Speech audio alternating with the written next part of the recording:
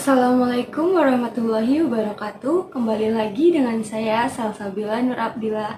Di video kali ini saya akan membahas mengenai sistem informasi akuntansi, di mana yang pertama ada sejarah sistem pencatatan double entry. Pada mulanya, akuntansi merupakan catatan-catatan yang disimpan sebagai bagian dari sistem feodal pada abad pertengahan. Laporan tentang pemungutan dan perolehan pajak biasanya akan dibuat oleh salah satu staf dari tuan tanah tersebut dalam bentuk catatan. Catatan seperti ini juga biasanya dibuat oleh para pedagang yang berniaga ke daerah atau negara lain. Sistem pencatatan apa aja sih yang diterapkan dari zaman dulu? Yang pertama ada sistem single entry atau double entry. Menurut Matesis 1987, sistem pencatatan dengan menggunakan double entry sudah ada sebelum Lukas Paciolo menemukannya. Dalam bukunya menyatakan bahwa apa yang ditulisnya tentang sistem pencatatan double entry adalah berdasarkan pada metode yang telah digunakan di Italia. Selanjutnya ada saldo normal akun. Hubungan antara aktiva, kewajiban, dan ekuitas dapat dirumuskan ke dalam persamaan akuntansi, yaitu aset sama dengan liabilitas ditambah equity. Rumus persamaan akuntansi ini sifatnya baku atau mutlak, di mana liabilities harus ditetapkan terlebih dahulu sebelum equity.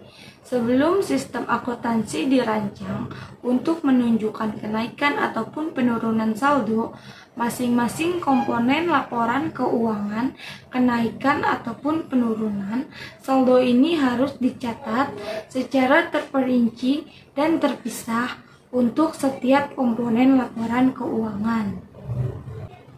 Catatan akuntansi yang terperinci dan terpisah inilah yang dinamakan sebagai akun atau perkiraan.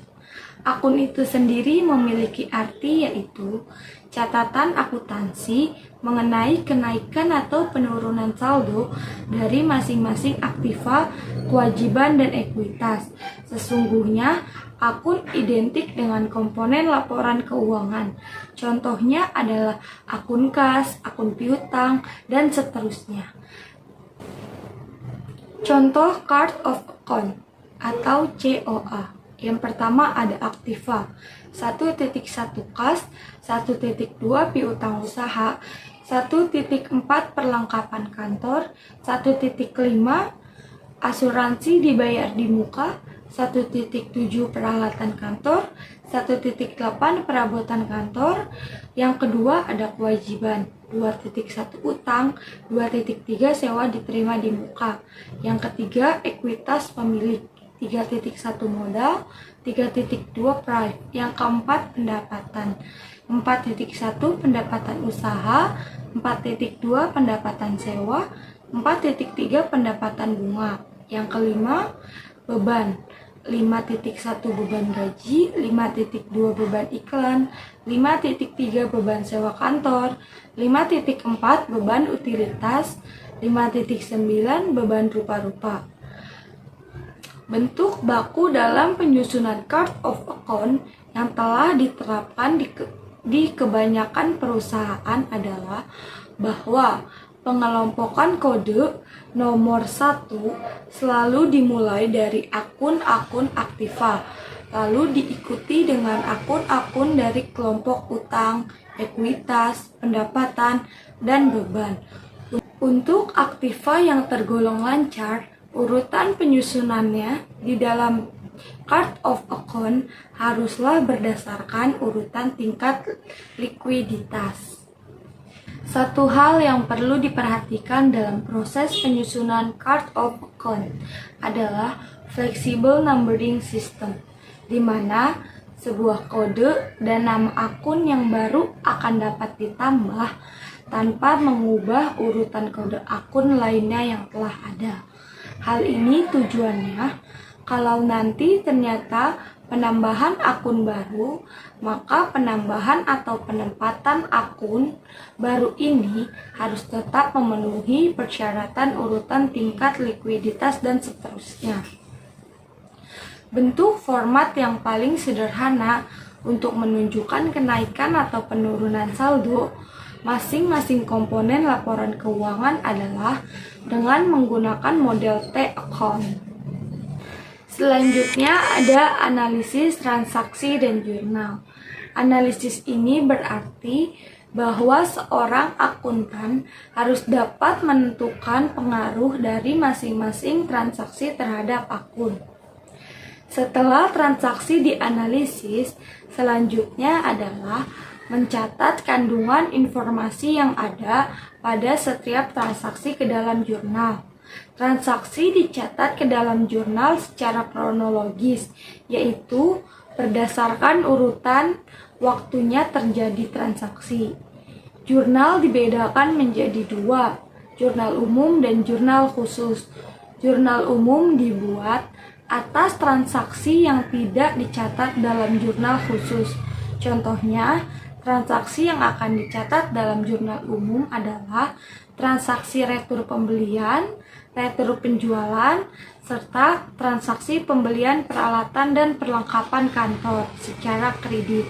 Ada juga jurnal koreksi, jurnal penyesuaian, dan jurnal penutup juga termasuk ke dalam jurnal umum. Selanjutnya ada jurnal khusus yang dibagi menjadi yang pertama ada jurnal penjualan, yang kedua jurnal pembelian, yang ketiga jurnal penerimaan kas, yang keempat jurnal pembayaran kas. Selanjutnya buku besar. Langkah selanjutnya adalah memposting setiap saldo akun yang terdapat pada jurnal kedalaman buku besar untuk masing-masing akun. Nantinya buku besar untuk masing-masing akun akan memperlihatkan secara terperinci mengenai setiap perubahan yang ditimbulkan dari seluruh transaksi yang terjadi selama periode. Buku besar dibuat dengan urutan akun seperti yang tercantum pada perkiraan yang dimulai dengan akun neraca. Buku besar dibedakan menjadi dua. Yang pertama ada buku besar umum yang biasa dibuat atas seluruh akun laporan keuangan. Yang kedua, buku besar pembantu yang biasanya diperlukan untuk memerinci saldo yang terdapat dalam buku besar umum. Selanjutnya ada neraca saldo. Neraca saldo diperlukan untuk memastikan bahwa tidak adanya kesalahan di dalam memposting jumlah debit atau kredit dari jurnal ke buku besar. Langkah awal yang dilakukan untuk membuat neraca saldo adalah menentukan saldo akhir per periode laporan akuntansi untuk setiap akun. Neraca saldo tidak menjamin dalam hal kelengkapan dan keakuratan data transaksi. Jumlah debit dan kredit dalam neraca saldo akan tetap sama, meskipun terdapat kesalahan identifikasi akun dalam pembuatan ayat jurnal dan terdapat transaksi bisnis yang tidak di jurnal maupun terdapat transaksi bisnis yang di jurnal secara ganda. Selanjutnya ada ayat jurnal penyesuaian. Penyesuaian ini perlu dilakukan dengan tujuan untuk memperbarui data laporan keuangan agar sesuai dengan konsep akrual dan konsep penandingan yang berlaku dalam akuntansi. Setiap ayat jurnal penyesuaian sekurang-kurangnya akan mempengaruhi satu akun laporan laba rugi dan satu akun neraca. Lantas, apa sih yang akan terjadi jika akuntan lupa membuat ayat jurnal penyesuaian?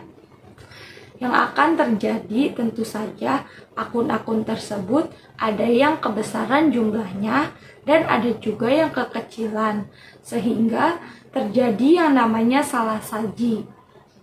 Selanjutnya ada neraca saldo setelah penyesuaian dan menyiapkan laporan keuangan. Proses akuntansi yang diawali dengan menganalisis dan menjurnal transaksi dan yang diakhiri dengan membuat laporan dinamakan dengan siklus akuntansi. Tahapan dalam siklus akuntansi dapat diurutkan sebagai berikut. Yang pertama ada menganalisis dokumen pendukung transaksi dan informasi. Yang kedua, memposting data akuntansi yang ada dalam jurnal ke buku besar. Yang ketiga, memindahkan seluruh saldo yang ada dalam buku besar ke dalam neraca saldo.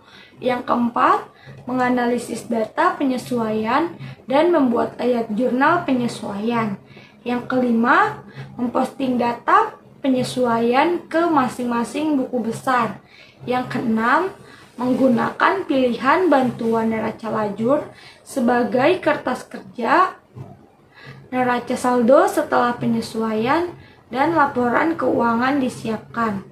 Yang ketujuh ada membuat ayat jurnal penutup. Yang kedelapan, memposting data jurnal penutup ke buku besar. Yang sembilan, menyiapkan neraca saldo setelah penutup. Dan yang terakhir ada membuat ayat jurnal pembalik. Selanjutnya ada penggunaan neraca lajur.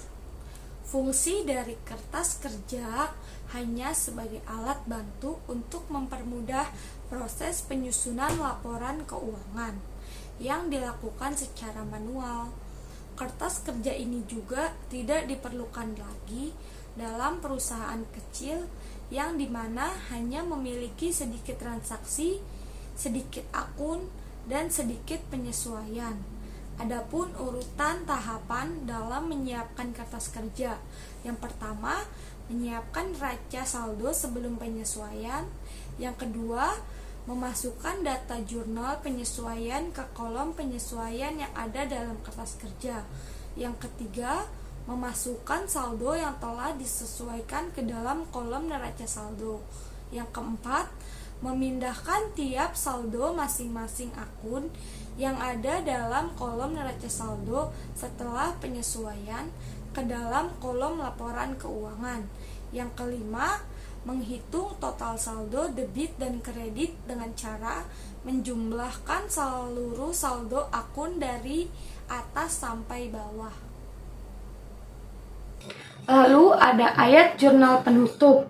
Seluruh akun neraca dikatakan memiliki sifat yang permanen dan akumulatif, di mana akun-akun neraca ini tidak akan ditutup pada setiap akhir periode akuntansi dan saldonya akan dibawa terus ke periode berikutnya. Sedangkan neraca saldo setelah penutup dapat digunakan sebagai alat untuk membuktikan bahwa proses penjurnalan dan pemostingan ayat jurnal penutup telah dilakukan secara tepat dan lengkap. Hal ini juga dibuat untuk membuktikan bahwa keseimbangan dalam persamaan akuntansi. Selanjutnya ada ayat jurnal pembalik. Biasanya akan dibuat pada setiap awal periode akuntansi dengan cara membalik ayat jurnal penyesuaian yang ada telah dibuat pada akhir periode akuntansi sebelumnya. Dan yang terakhir ada akuntansi dasar kas versus akuntansi dasar akrual. Ada dua pilihan yang dapat disajikan sebagai dasar pencatatan oleh akuntan. Yang pertama, actual basis, di mana pendapatan dan beban akan dilaporkan dalam laporan laba rugi dalam periode di mana uang kas diterima atau uang kas dibayarkan. Yang kedua, cash basis. Dasar pencatatan masih diterapkan pada perusahaan yang tergolong kecil di mana kepemilikan modalnya hanya dimiliki oleh satu atau beberapa orang. Baik, mungkin cukup sekian informasi yang dapat saya sampaikan. Jika ada salah kata atau kekurangan, mohon maaf. Kesalahan datangnya dari saya, kelebihan datangnya dari Tuhan. See you in next video.